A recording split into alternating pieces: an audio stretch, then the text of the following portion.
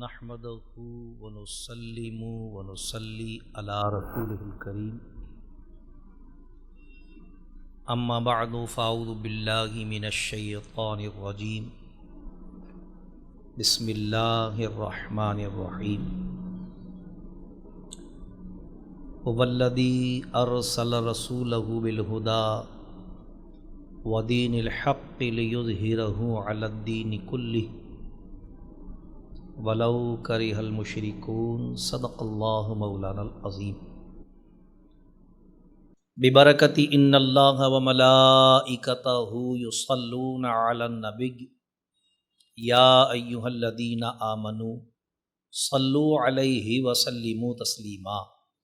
اللہم صل علی سیدنا ومولانا محمد وعلی آلہ واصحاب سیدنا ومولانا محمد معدن الجود والکرم وآلہ واصحابہ وبارک وسلم صلاۃ وسلاما علیک یا سیدی یا رسول اللہ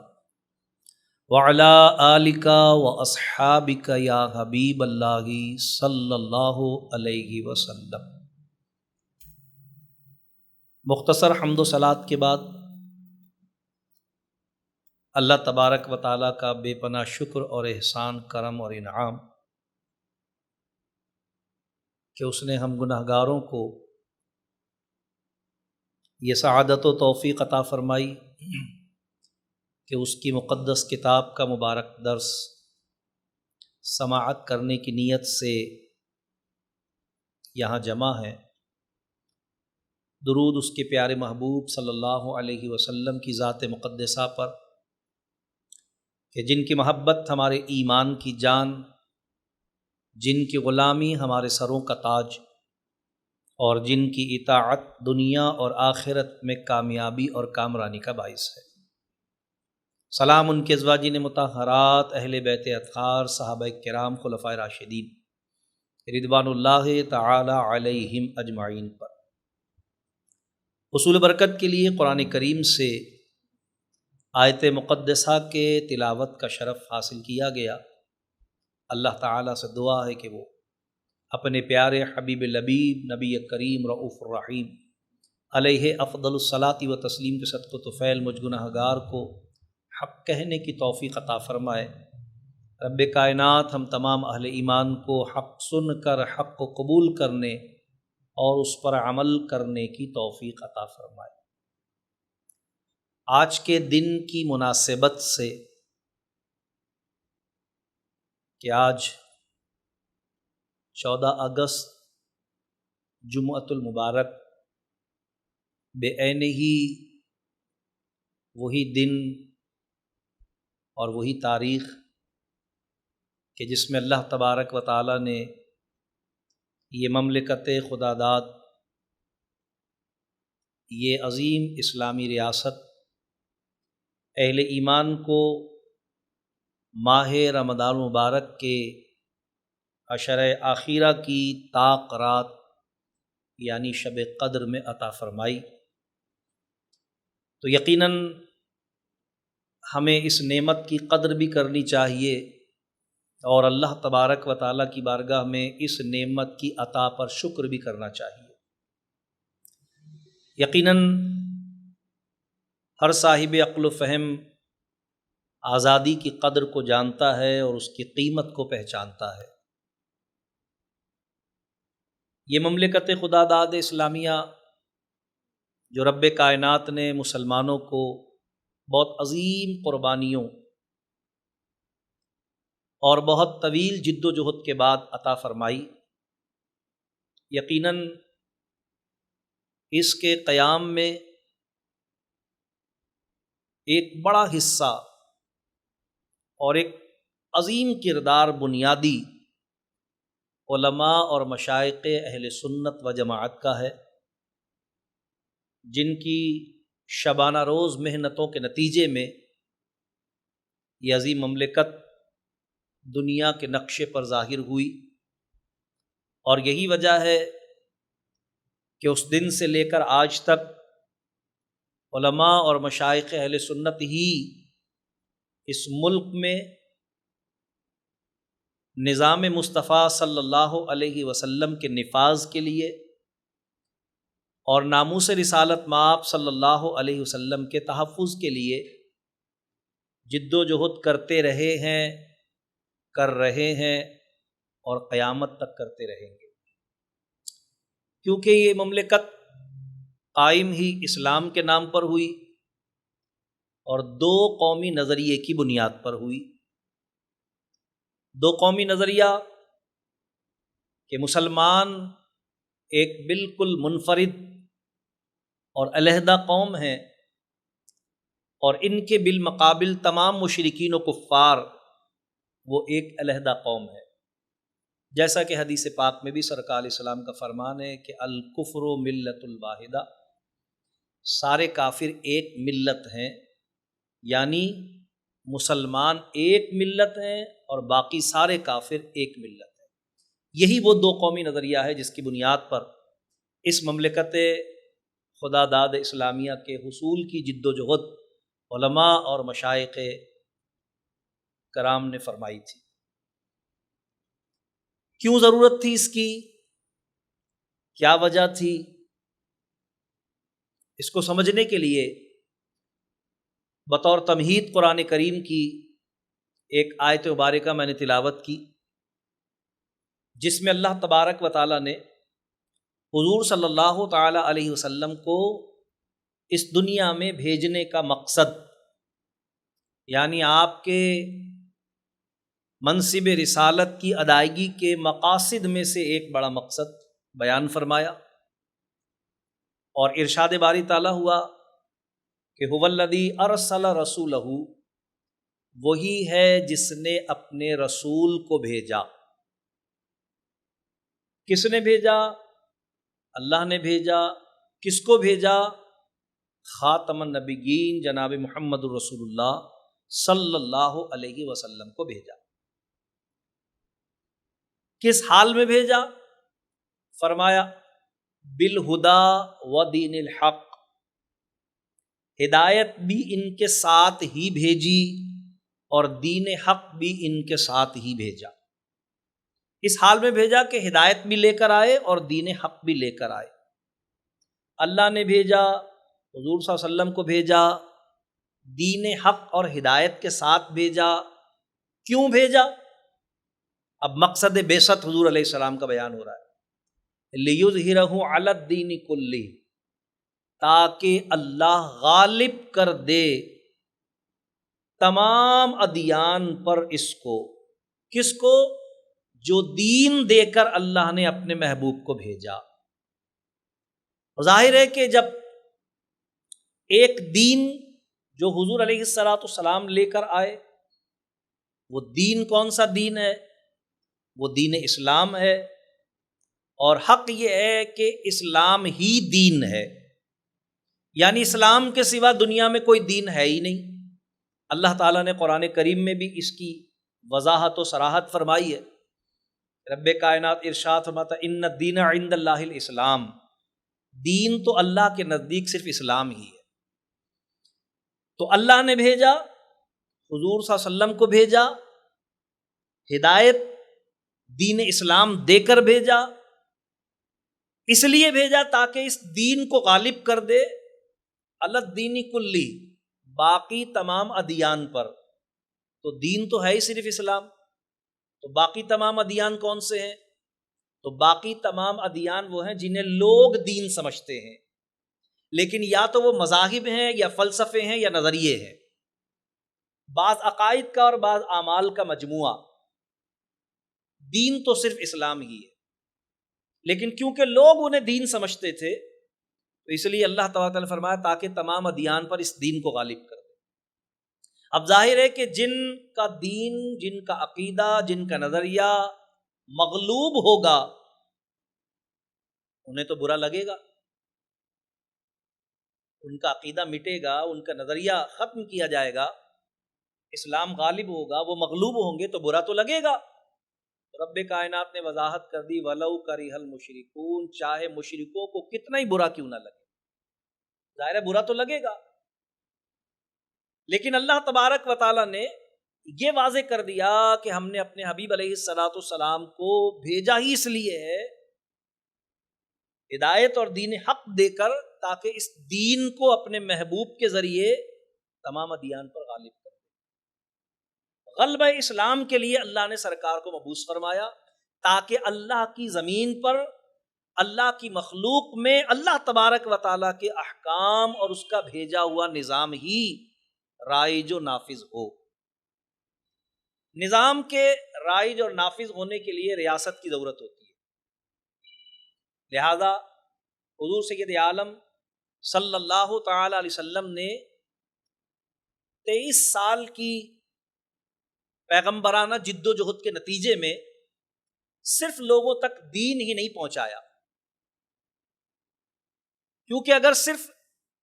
کلمہ پڑھ لینا اور مسلمان ہو جانا کافی ہوتا تو پھر سرکار علیہ السلام صرف لوگوں کو مسلمان ہی کرتے۔ لیکن ہم سب اس بات پر بہت اچھی طرح آگاہ ہیں کہ سرکار علیہ السلام نے 23 سال کے اس کٹھن اور مشکل ترین سفر میں صرف لوگوں تک دین ہی نہیں پہنچایا، بلکہ دین کو پہنچانے کے ساتھ ساتھ اس دین کے غلبے کو یقینی بنانے کی خاطر انتہائی مشقت اٹھاتے ہوئے ایک ریاست کے قیام کو بھی ممکن بنایا۔ اور جب سرکار دنیا سے گئے تو اس حال میں گئے کہ وہ ریاست قائم ہو چکی تھی، جس ریاست کے سربراہ حضور علیہ الصلوۃ والسلام کے بعد خلیفہ بلا فصل حضرت سیدنا صدیق اکبر رضی اللہ تعالی عنہ ہوئے۔ تو سرکار علیہ السلام نے غلبہ دین کو ممکن بنایا قیام ریاست کے ساتھ، اور صرف دین قبول کرنا ہی فضیلتوں اور عظمتوں کا باعث نہیں بنا، بلکہ صحابہ کرام علیہ رضوان کی جو عظمتیں اور فضیلتیں ہیں، جن کے لیے اللہ نے رضی اللہ عنہم ورضوا عنہ کا اعلان فرمایا ہے، وہ اگر صرف دین قبول کرنے کی وجہ سے ہوتی نا تو پھر قیامت تک ہر کلمہ گو کے لیے رضی اللہ عنہ ہی ہوتا، اس لیے کہ اس نے دین قبول کیا ہے۔ لیکن کیا وجہ ہے کہ صحابہ کرام کو اللہ تبارک تعالیٰ نے وہ عظیم رتبہ عطا فرمایا ہے؟ اور آپ سب جانتے ہیں کہ صحابہ کرام کی فضیلت اور عظمت یہ ہے کہ 100 غوث اعظم مل کر بھی نہ کسی ایک صحابی کے گھوڑے کی نال پر لگی ہوئی گرد اور دھول کی بھی برابری نہیں کر سکتے، 100 غوث اعظم مل کر۔ اتنا بڑا رتبہ ہے صحابہ کا۔ یہ رتبہ کیوں ہے؟ اگر اس لیے کہ انہوں نے دین قبول کیا تو یہ تو میں نے اور آپ نے بھی کیا ہے، اس لیے کہ انہوں نے نمازیں پڑھی تو چلیے ہم سب نہ صحیح لیکن ہم سے بہت اچھے لوگ اس وقت دنیا میں موجود ہیں جو بہت اہتمام اور احتیاط کے ساتھ عبادتیں ادا کرتے ہیں۔ علم کی وجہ سے ہوتی ہیں تو بڑے بڑے علماء موجود ہیں، نہیں، یہ ساری وجوہات نہیں ہیں۔ اصل وجہ یہ ہے کہ انہوں نے صرف دین قبول نہیں کیا بلکہ اس دین کو غالب کرنے کے لیے ریاست کے قیام کی خاطر اپنے تن من دھن کی قربانی بھی دی۔ تو پتہ چلا کہ اسلام تو اللہ کی بارگاہ میں سب کا مقبول ہے،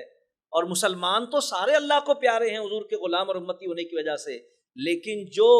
غلبہ دین کی خاطر اسلامی ریاست کے قیام کے لیے جد و جہد کرتے ہیں، ان کے رتبے اور درجے باقیوں سے مختلف ہوتے ہیں۔ حضور سید عالم صلی اللہ تعالی وسلم نے صحابہ کرام سے مل کر اس کو ممکن بنایا، اور یہی وجہ ہے کہ اگر ہم غور کریں تو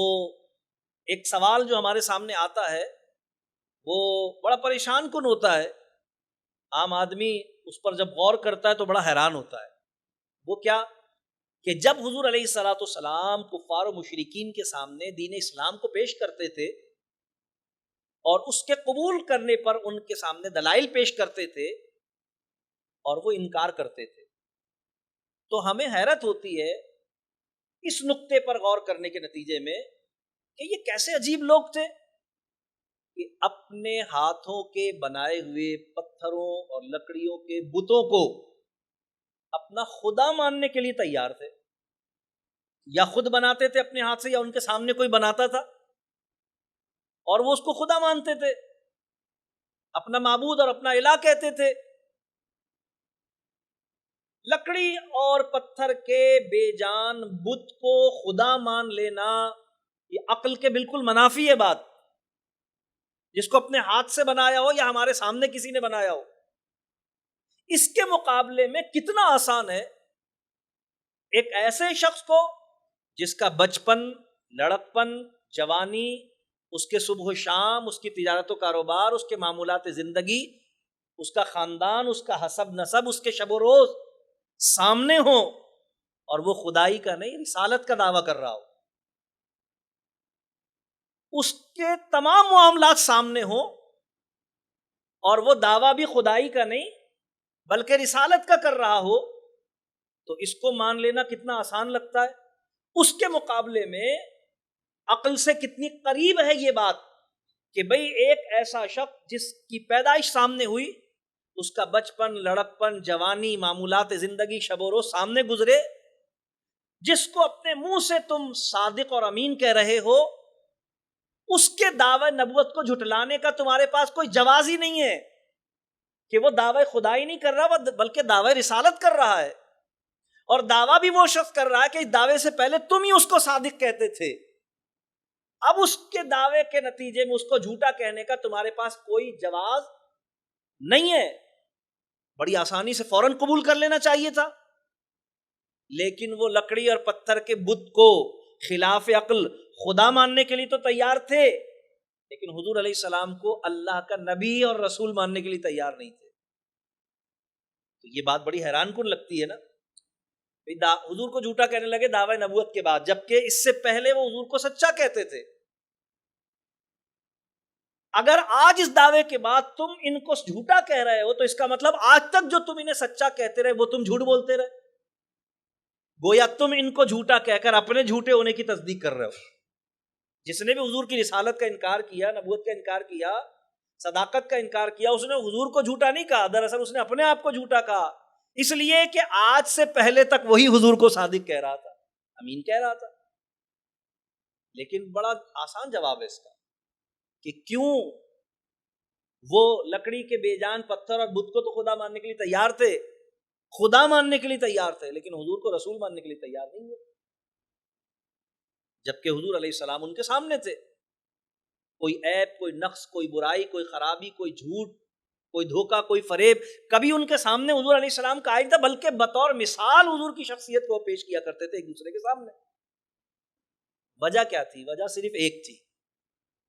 لکڑی اور پتھر کے بت کو خدا ماننے میں ان کو کچھ کرنا نہیں پڑ رہا تھا. لکڑی اور پتھر کے بت کو خدا مان کر انہیں کچھ نہیں کرنا پڑ رہا تھا، کیونکہ لکڑی اور پتھر کا بت انہیں کچھ کرنے کو نہیں کہہ رہا تھا. لکڑی اور پتھر کا بت ان کو کچھ کرنے کو کیا کہتا؟ وہ ان سے کچھ کیا کرواتا، بلکہ یہ اس کے ساتھ جو چاہتے تھے کرتے تھے. نیچے سے اٹھا کے اوپر رکھ دیں، دائیں سے اٹھا کے بائیں رکھ دیں، جہاں مرضی رکھ دیں. اختیار ان کا تھا، مرضی ان کی تھی. وہ بت ان پر اپنی کوئی مرضی لاگو نہیں کر رہا تھا، لیکن وہ بے وقوف نہیں تھے، وہ عقل مند تھے. وہ جانتے تھے کہ اس کو خدا مان لینے میں ہمارا نقصان کوئی نہیں ہے، اس لیے کہ مرضی تو ہماری ہی چلے گی، اپنے اوپر بھی اور اس کے اوپر بھی. لیکن ان کو رسول ماننے میں اپنی مرضی ختم ہو جائے گی. ان کو رسول ماننے کا مطلب یہ ہے کہ پھر ہماری مرضی ختم، پھر جو کچھ یہ کہیں گے اور ان کے خدا کا حکم ہوگا اس کے مطابق ہمیں اپنی زندگی بسر کرنی پڑے گی. پھر تو ہمیں سب کچھ وہ ویسا اور ویسے کرنا ہوگا جیسا یہ حکم دیں گے، یعنی مرضی ہماری ختم ہو جائے گی. اس وقت کا کافر بھی یہ بات جانتا تھا کہ اگر ان کے دین کو قبول کر لوں، ان کی ریاست کا حصہ بن جاؤں، ان کی ریاست کا فرد بن جاؤں گا، تو پھر مرضی میری نہیں ہوگی بلکہ مرضی ان کی ہوگی. بدقسمتی سے آج کے لبرل مسلمان اس زمانے کے یعنی زمانے جاہلیت کے کافر سے بھی زیادہ بے وقوف ہیں کہ وہ تو اپنے آپ کو مسلمان اس لیے نہیں کہلوا رہا تھا کہ اس کو پتا تھا پھر میری مرضی نہیں چلے گی، اور یہ بے وقوف آج اپنے آپ کو مسلمان کہہ کے کہتا ہے کہ میرا جسم اور میری مرضی۔ تو مسلمان ہونے کا تو معنی ہی ہوتا ہے مرضی کو قربان کر دینا، خواہش کو فنا کر دینا، اپنی بات کو اور اپنی انا کو اللہ اور اس کے رسول کے آگے سرنڈر کر دینا۔ اسلام کے تو معنی ہی ہے سر تسلیم خم کر دینا۔ حضور سید عالم صلی اللہ علیہ وسلم نے جب ان پر دین پیش کیا تو ان کے انکار کی وجہ صرف یہی تھی کہ ان کو پتا تھا کہ پھر ہم اس اسلامی ریاست کا حصہ ہوں گے، اور اسلامی ریاست میں جو شخص رہتا ہے اس کو اسلامی تعلیمات کے مطابق اپنی عملی زندگی بسر کرنی ہوتی ہے۔ اس لیے کہ قیام ریاست کا مطلب یہی ہوتا ہے کہ اس میں کسی فرد کو صرف کلمہ پڑھنا نہیں ہوتا ہے، بلکہ جب وہ اس ریاست میں رہتا ہے تو اس اسلامی ریاست کے نظام کو اسے فالو کرنا ہوتا ہے، اپنی عملی زندگی میں اس کو نافذ کرنا پڑتا ہے۔ یعنی جب حضور علیہ السلام نے وہ ریاست جو مدینہ طیبہ کے نام سے قائم ہوئی تھی جب قائم کی تھی تو اس وقت بھی یہود و نصارہ دشمن تھے اور قبول کرنے والوں کے راستے میں رکاوٹ تھے، اس لیے کہ وہ جانتے تھے کہ اس کا مطلب صرف ایک دین قبول کرنا نہیں ہے، بلکہ قیام ریاست کا مطلب ہے ایک نظام کو نافذ کرنا۔ بدقسمتی سے جب 1400 سال کے بعد بر صغیر کے مسلمانوں نے ایک ریاست کے قائم کرنے کا عزم کیا تو کفار و مشرکین سارے مقابلے پر آئے، اور آج تک مقابلے پر ہیں، اس لیے کہ وہ جانتے ہیں کہ کسی کا دین قبول کر لینا، کلمہ پڑھ لینا ثانوی بات ہے، اور ریاست اسلامی کا قیام ایک بالکل مختلف بات ہے۔ جب حضور علیہ السلام نے اس ریاست کو قائم کیا تو پھر ریاست کا تسلسل قائم ہوا، اور یہود و نصارہ اور کفار و مشرکین جو پہلے دن سے ہی اس ریاست کے مٹانے کے در پہ تھے،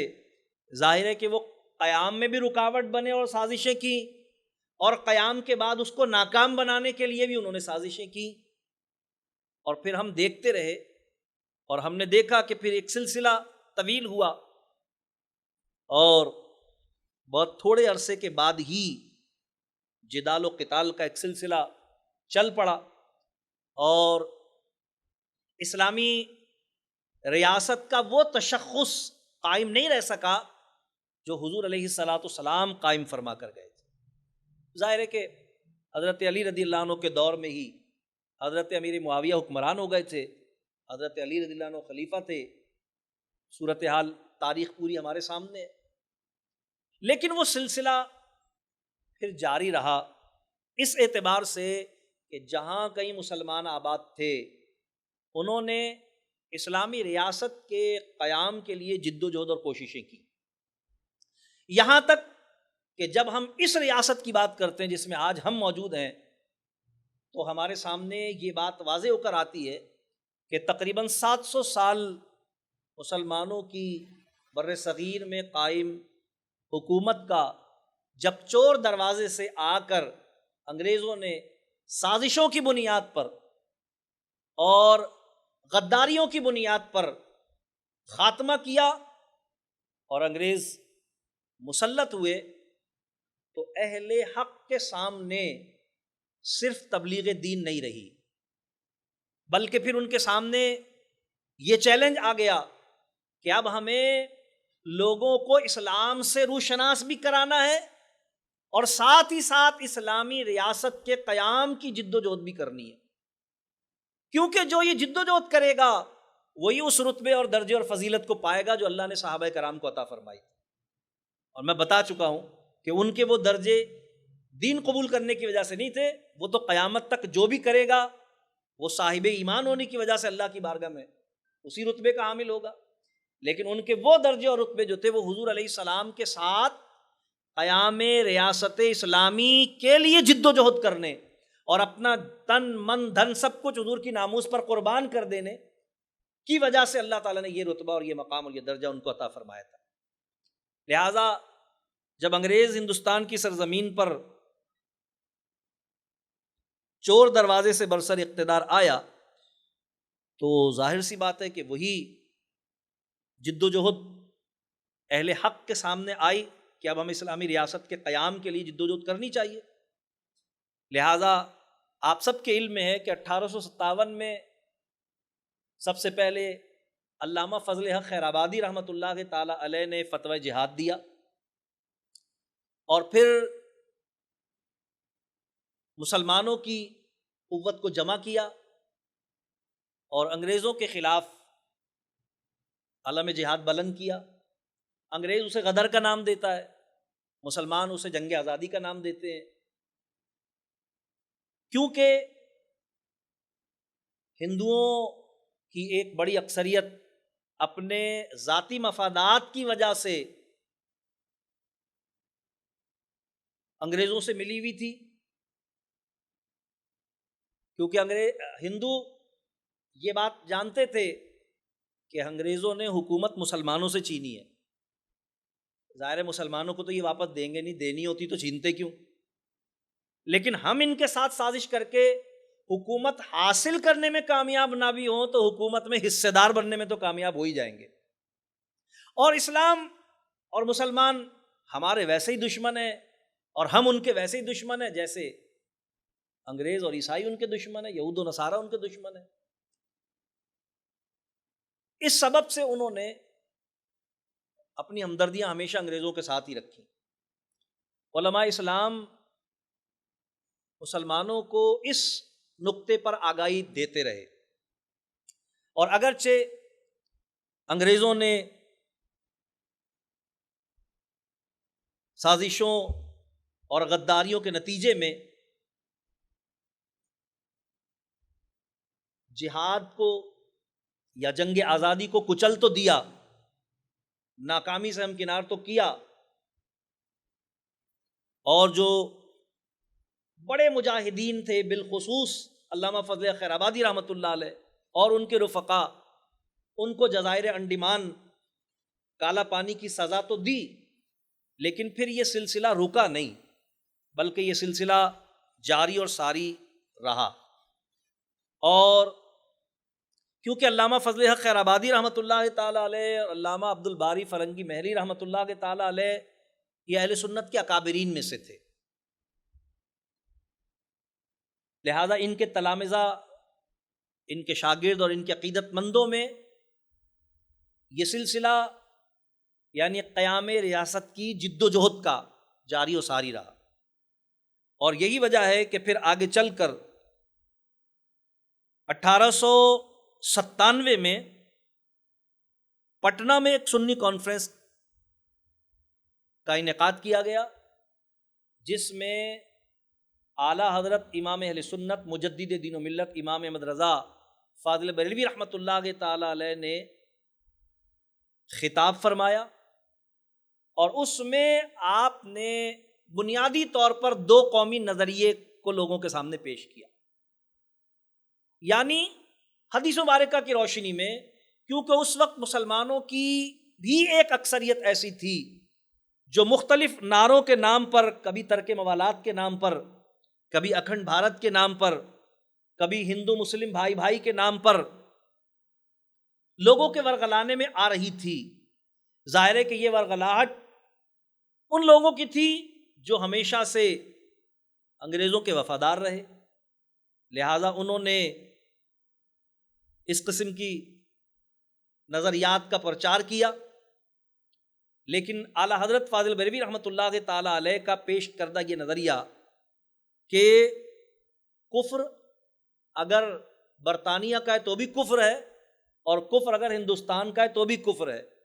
تو کسی مسلمان کو اس خوش فہمی میں نہیں رہنا چاہیے کہ ہندو کی دوستی کے ساتھ،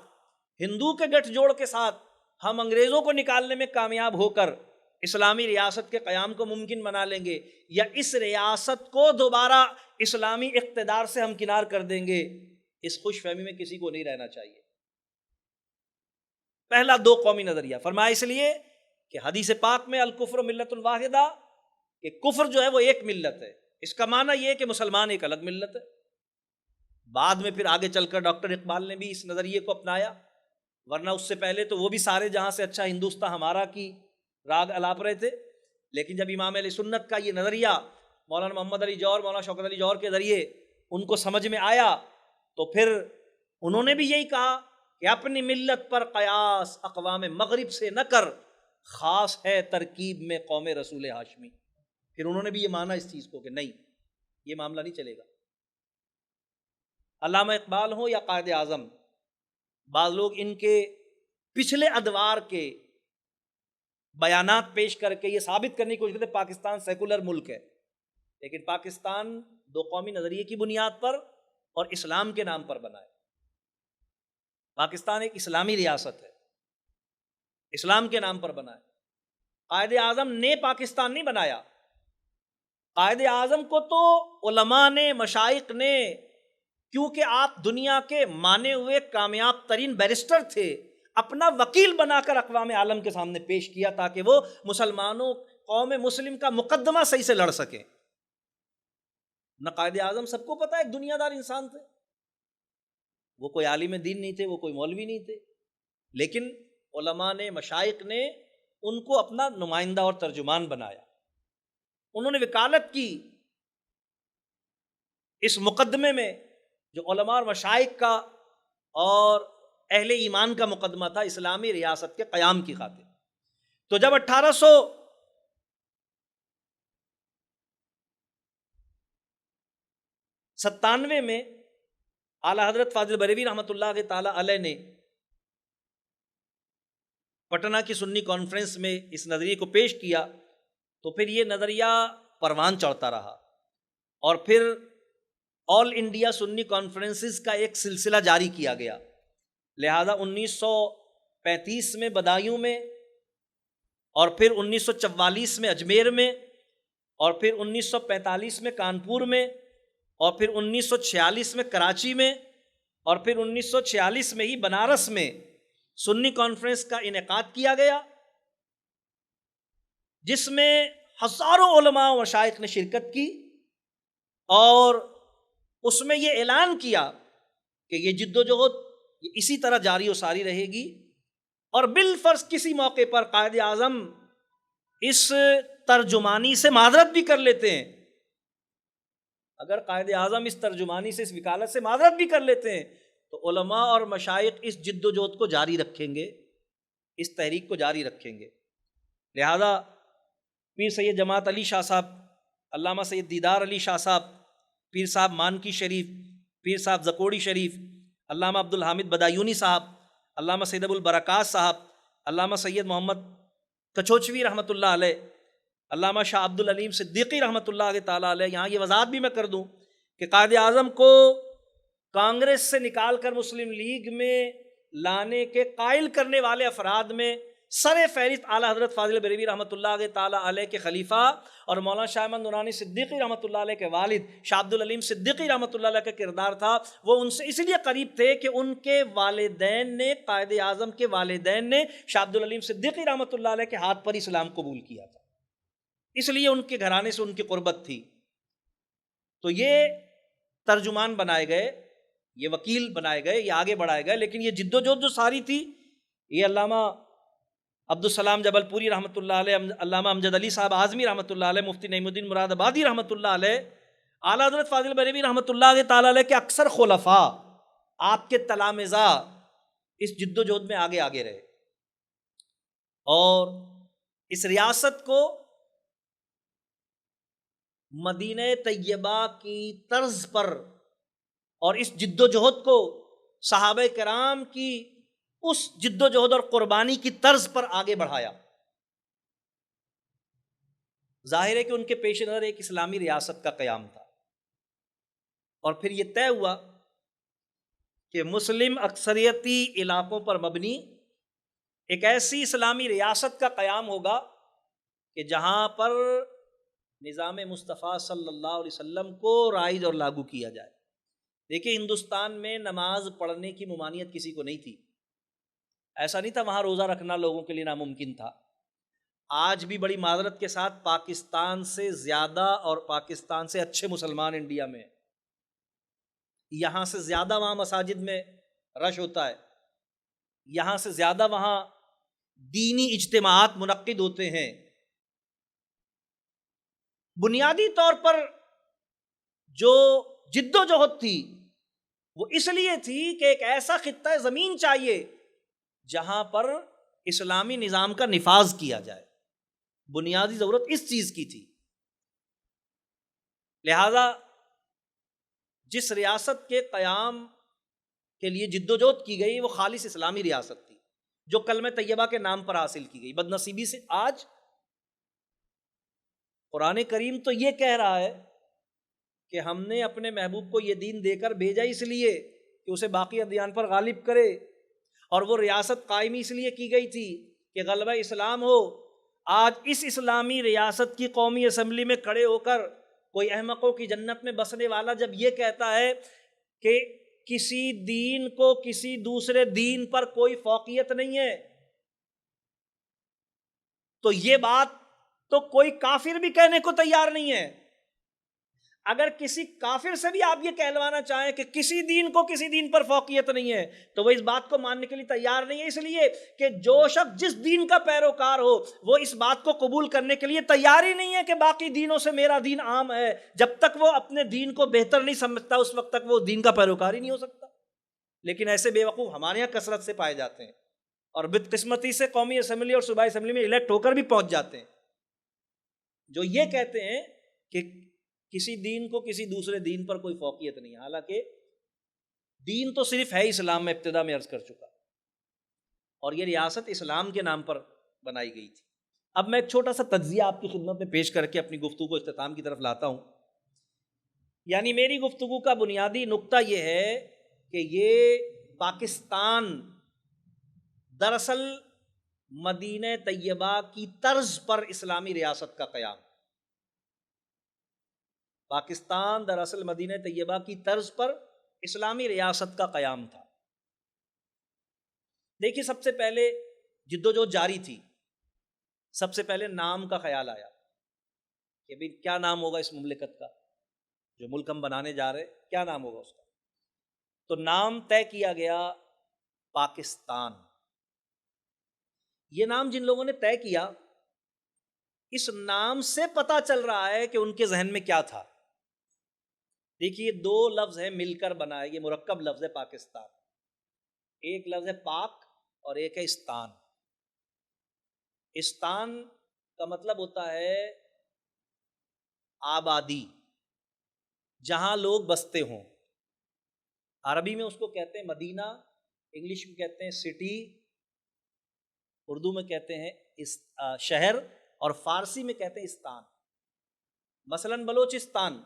جہاں بلوچ بستے ہیں، مثلا ہندوستان، جہاں ہندوستانوں کی آبادی، ہندوؤں کی آبادی ہو۔ آباد رہنے والے لوگوں کی جگہ،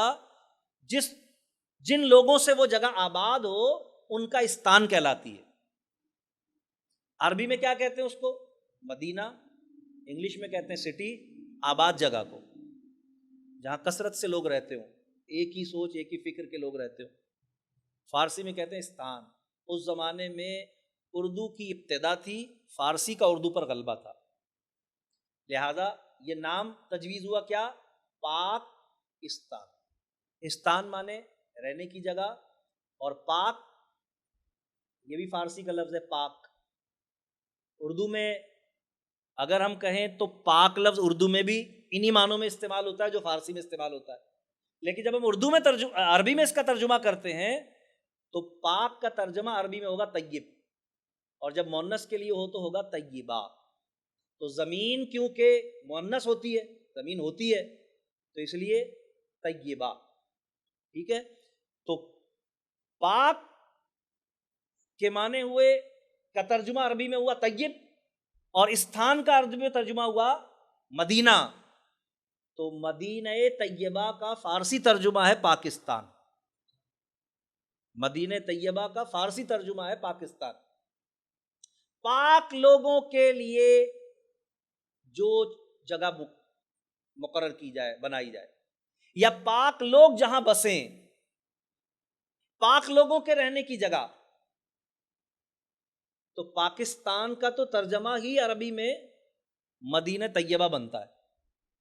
تو اس کا مطلب جن لوگوں نے یہ نام رکھا، کیا وہ سیکولر تھے؟ صرف وہ مذہبی نہیں تھے، بلکہ ان کے ذہن میں اسی ذات کا تصور تھا،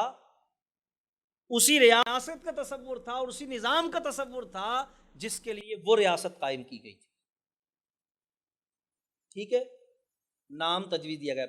ابھی تحریک پاکستان چل ہی رہی تھی، تقریباً کوئی 5-6 سال باقی تھے ابھی پاکستان بننے میں، تو پاکستان کا نام تجویز، لے کے رہیں گے پاکستان، بٹ کے رہے گا ہندوستان، نعرے لگنا شروع ہو گئے۔ نام کے بعد اب جب منزل بالکل قریب آ گئی کہ بھئی اب تو منزل بالکل قریب ہے، تو مملکت ہمیں حاصل ہونی ہے، تو بھئی اس کا کوئی پرچم بھی ہونا چاہیے۔ یہ معاملہ بھی قیام پاکستان سے پہلے ہوا کہ بھئی اس کا پرچم بھی ڈیزائن کیا جائے۔ تو جب اس کا پرچم ڈیزائن کیا گیا تو جن لوگوں نے اس کا پرچم ڈیزائن کیا، اس کا پرچم بھی پکار کر اعلان کرتا ہے کہ ان کے ذہن میں ایک ہی تصور تھا، اور وہ تصور تھا گنبد خضرا کا۔ دیکھیے یہ گنبد خضرا کی تصویر آپ کے سامنے ہے، ٹھیک ہے، اس میں آپ دیکھ رہے ہیں کہ یہ سبز رنگ کا ہے اور یہ نیچے جو ہے اس کے وہ سفید ہے۔ اس کو آپ ایسے کریں تو یہ بن گیا پاکستان کا جھنڈا۔ وجہ کیا ہے؟ وجہ یہ ہے کہ سبز رنگ جو ہے، یہ سبز رنگ جو ہے یہ خوشحالی اور زندگی کی علامت ہے۔ بھئی زمین بنجر ہوتی ہے، جب اس پر بارش برستی ہے لوگ کہتے ہیں مردہ زمین زندہ ہو گئی، تو زندہ کیسے ہوتی ہے؟ وہ ہریالی سے زندہ ہوتی ہے۔ تو سبزہ جو ہے وہ زندگی کی علامت ہے، سبز رنگ جو ہے وہ خوشحالی اور زندگی کی علامت ہے۔ تو اس کا مطلب جنہوں نے اس پرچم کو تجویز کیا، بنایا، انہوں نے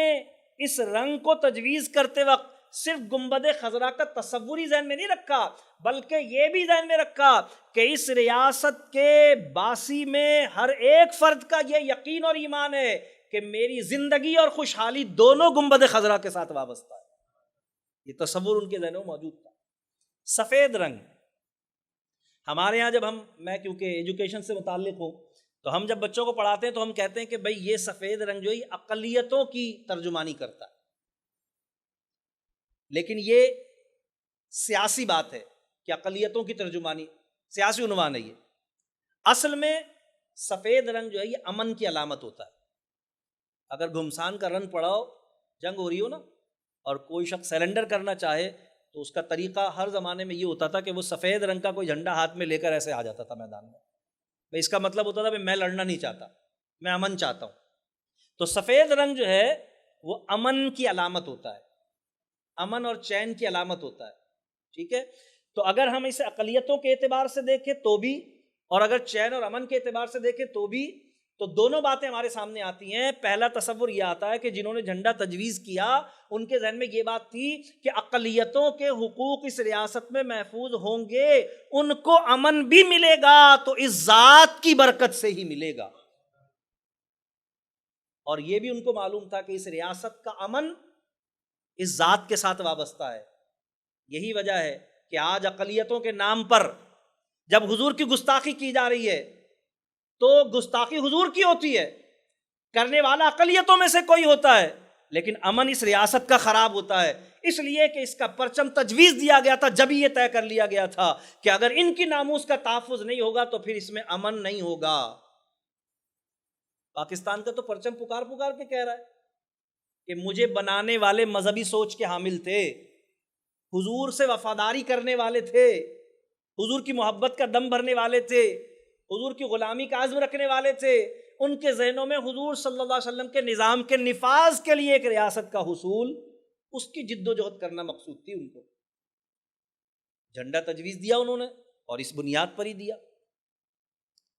پھر آپ آگے چلیں کہ جب ریاست کا قیام ہو گیا تو پھر اب دو چیزیں فوری طور پر سامنے تھیں، ایک ریاست کا آئین، ایک ریاست کا آئین اور دوسرا ریاست کا ترانہ۔ دونوں چیزیں فوری طور پر چاہیے ہوتی نا۔ جب ریاست کا آئین ترتیب دیا گیا تو ریاست کے آئین پر جو قاعدے اور قانون مرتب کیے گئے اس میں یہ طے ہوا کہ یہ اسلامی جمہوریہ پاکستان ہوگا۔ لہذا جب آئین کی کتاب چھپتی ہے تو وہ سبز رنگ کی چھپتی ہے۔ آئین جو ہمارا چھپتا ہے، ہمارا پاسپورٹ بھی یہ پاسپورٹ ہے، ہمارا پاسپورٹ بھی اسی رنگ کا ہوتا ہے، اور قانونی یہ یعنی اس رنگ کی جلد، اس جلد کے علاوہ اگر باقی اندر سے سارا ایسا ہی ہو لیکن اوپر سے یہ جلد نہ ہو تو یہ پاسپورٹ نہ حکومت پاکستان کے لیے قابل قبول ہے نہ دنیا میں کہیں اور قابل قبول ہے۔ یہ گنبد خضرا کی نسبت والا سبز آئین کا کور اور اس پر لکھی ہوئی یہ سنہری تحریر، یہ بھی قانون ہے کہ یہ سنہری ہی لکھی جائے گی، کسی کلر سے پرنٹ نہیں ہوگی، یہ سنہری لکھی جائے گی۔ کیوں؟ اللہ تعالیٰ آپ سب کو بار بار لے جائے۔ آپ سب جانتے ہیں کہ گنبد خضرا پر جب آپ نظر دوڑاتے ہیں نا تو آپ کی نظر کی انتہا سنہری چوٹی پر ہوتی ہے۔ تو یہ گنبد خضرا کی ترجمانی نہیں کرتا یہ آئین، بلکہ اس بات کی بھی ترجمانی کرتا ہے کہ اس پر لکھی ہوئی سنہری تحریر بھی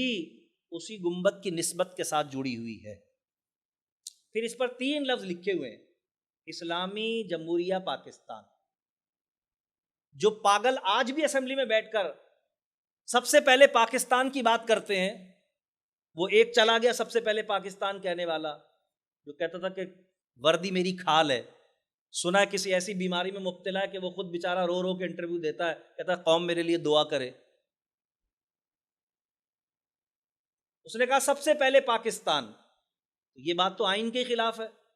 آئین میں سب سے پہلے پاکستان نہیں لکھا ہوا ہے، آئین میں سب سے پہلے اسلام لکھا ہوا ہے۔ جنہوں نے اس آئین کو مرتب کیا، جنہوں نے اس ریاست کا نام تجویز کیا، جنہوں نے اس آئین کو تحریر کیا، انہوں نے اس کا نام رکھا اسلامی جمہوریہ پاکستان۔ ان کے ذہن میں سب سے پہلے اسلام تھا، ان کے ذہن میں سب سے پہلے اسلام تھا، اس لیے سب سے پہلے اسلام لکھا ہے۔ اور آئین کی ابتدا یہاں سے ہے کہ اس ملک کا سرکاری مذہب اسلام ہوگا، اور اس میں کوئی قانون بھی قرآن اور سنت کے منافی نہیں بنے گا۔ لوگ کہتے ہیں قائد اعظم سیکولر تھے، یہ جو پہلا جملہ لکھا ہوا ہے جانتے ہیں کس وجہ سے لکھا ہوا ہے؟ اس لیے کہ 23 ستمبر کے کوئٹہ کے جلسے میں جب قائد اعظم سے پاکستان بننے کے فوراً بعد یہ سوال کیا گیا تھا، اگست کے بعد ستمبر 1 مہینہ 1.5 مہینہ ہوا تھا،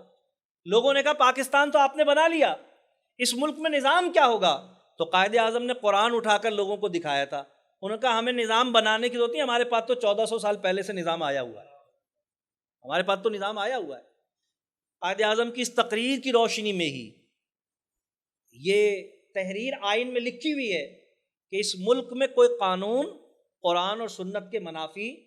نہیں بنایا جائے گا۔ اس ملک کا حامل کوئی شخص بھی جب اس پاسپورٹ کو لے کر دنیا میں جاتا ہے نا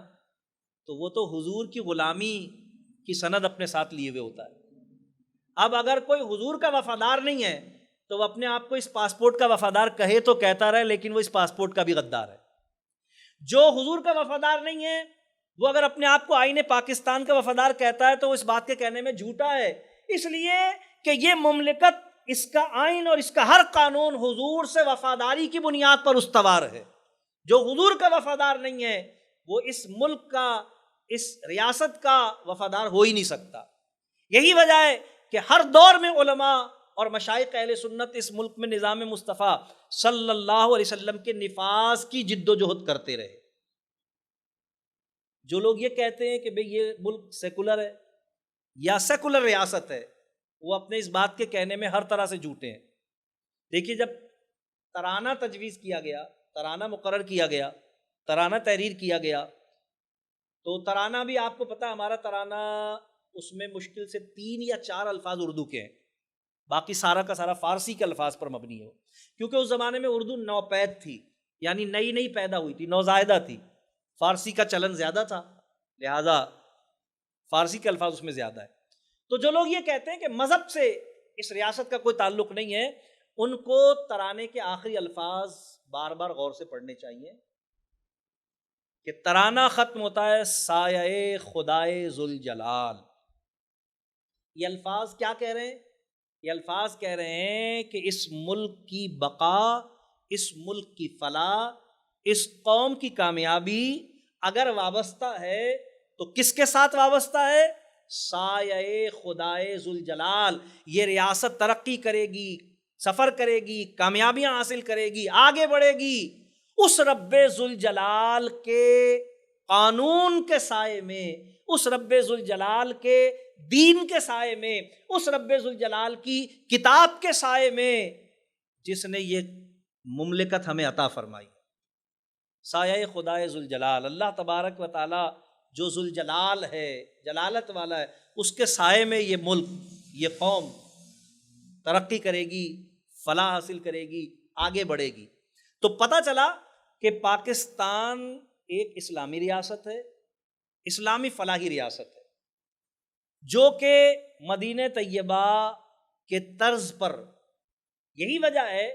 کہ جس طرح اس زمانے میں یہود و نصارہ اور بے دین لوگوں کو اس ریاست کے قیام سے یا اس کے اسلامی ہونے سے تکلیف تھی، بے عینی اسی طرح آج بھی یہود و نصارہ کو تکلیف ہے اس ریاست کے اسلامی ہونے سے۔ اگر اسلامی نہ ہو تو پھر انہیں کوئی تکلیف نہیں ہے،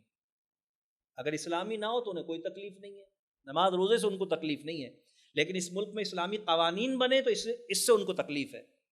وہاں سے بیٹھ کر وائٹ ہاؤس سے وہ مطالبہ کرتے ہیں کہ ناموس رسالت کے قانون کو ختم کیا جائے، ہماری امداد اس کے ساتھ مشروط ہوگی۔ اس کا کیا مطلب ہوتا ہے آپ سمجھ سکتے ہیں؟ کیونکہ وہ بھی جانتے ہیں، کتنی بدقسمتی کی بات ہے کہ یہاں کا رہنے والا نہیں جانتا اور وہ وہاں سے بیٹھ کر جانتے ہیں کہ یہ ریاست جن کے نام پر قائم ہوئی ہے، اس ریاست کا ہر باسی ان کے ساتھ جذباتی وابستگی رکھتا ہے۔ اس ریاست کی تو آئین سے لے کر دستور تک اور پرچم سے لے کر قانون تک ہر چیز گنبد خضرا کے گرد گھومتی ہے، تو ناموس رسالت کے ساتھ ہی وابستہ کرتے وہ بھی ہر چیز کو، لیکن وہ تو سب کچھ ناموس رسالت کے خلاف کرنے کے در پہ ہیں۔ لیکن بدقسمتی ان لوگوں کے لیے ہے جو پاکستان سے وفاداری کی بات کرتے لیکن حضور سے وفا کا تصور ان کے ذہن میں نہیں ہوتا۔ یاد رکھیے کہ یہ مملکت تو حضور علیہ السلام کی نالین کا صدقہ ہے، یہ حضور علیہ السلام کی رحمت العالمینی کے صدقے اللہ تعالیٰ نے ہمیں 27 رمضان المبارک کو عطا فرمائی۔ یہ مملکت خالص دو قومی نظریے کی بنیاد پر اور مدینہ طیبہ کی ریاست کے قد و خال پر اس ریاست کی تشکیل عمل میں لائی گئی تھی۔ تو یہ ریاست ایک اسلامی ریاست ہے، اس ریاست سے وفادار وہی ہو سکتا ہے جو حضور کا سچا وفادار ہو، اس ریاست کا سچا سپاہی وہی ہو سکتا ہے جو حضور علیہ السلام کا سچا غلام ہو۔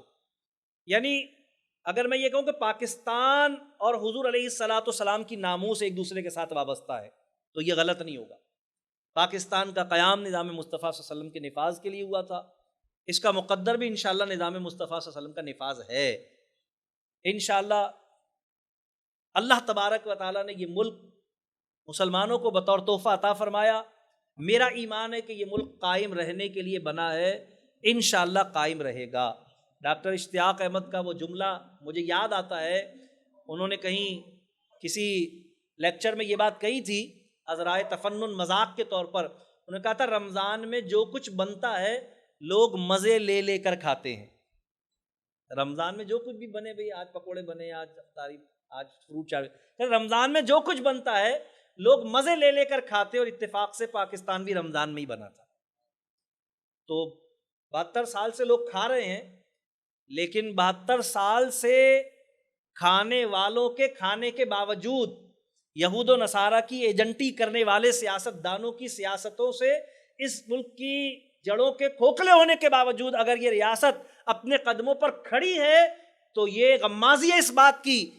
کہ جس نبی کی نسبت سے اس ریاست کا قیام عمل میں آیا تھا ان کی نگاہ رحمت ہے اس پر، اور یہ غمازی ہے اس بات کی کہ جس رب نے یہ تحفہ عطا فرمایا ہے وہ اس کا محافظ ہے اور امین ہے۔ انشاءاللہ یہ ریاست قائم رہے گی۔ وہ دن دور نہیں کہ جب اس ملک میں انشاءاللہ نظام مصطفیٰ صلی اللہ علیہ وسلم کا سورج طلوع ہوگا۔ ہماری وفاداری اس ملک کے ساتھ یہ ہے کہ ہم اپنے گھر میں، اپنے خاندان میں، اپنی ذات پر اور اپنے اہل و عیال پر پیارے آقا صلی اللہ علیہ وسلم کے نظام کو نافذ اور لاگو کریں۔ دیکھیے سارے ملک پر تو ہمارے لیے ممکن نہیں ہے کرنا، لیکن ہم اس کی ابتدا اپنی ذات سے، اپنے اہل و عیال سے، اپنے گھر سے اور اپنے خاندان سے کر سکتے ہیں۔ یہی حضور سے وفا کا ایک واحد ذریعہ ہے، اور حضور سے وفا ہی در حقیقت اس مملکت سے وفا کا نام ہے۔ اس لیے کہ حضور سید عالم صلی اللہ تعالی علیہ وسلم کی وفاداری اور حضور علیہ الصلاۃ والسلام کی غلامی ہی ایک مومن کے لیے دنیا اور آخرت کی کامیابی کی ضمانت ہے۔ ڈاکٹر اقبال جواب شکوہ کی تکمیل پر تمام اہل ایمان کے کندھے ہلا کر یہ بات کہہ گئے کہ کی محمد سے وفا، تو نے تو ہم تیرے ہیں، یہ جہاں چیز ہے کیا لوح و قلم تیرے ہیں۔ اللہ تعالیٰ پاکستان کو قیامت تک قائم رکھے، اللہ تبارک تعالیٰ اس کی حفاظت فرمائے، اور جلد از جلد اس ملک میں نظام مصطفیٰ صلی اللہ علیہ وسلم کے صورت کو طلوع فرمائے۔ وآخر دعوانا ان الحمد للہ رب العالمین۔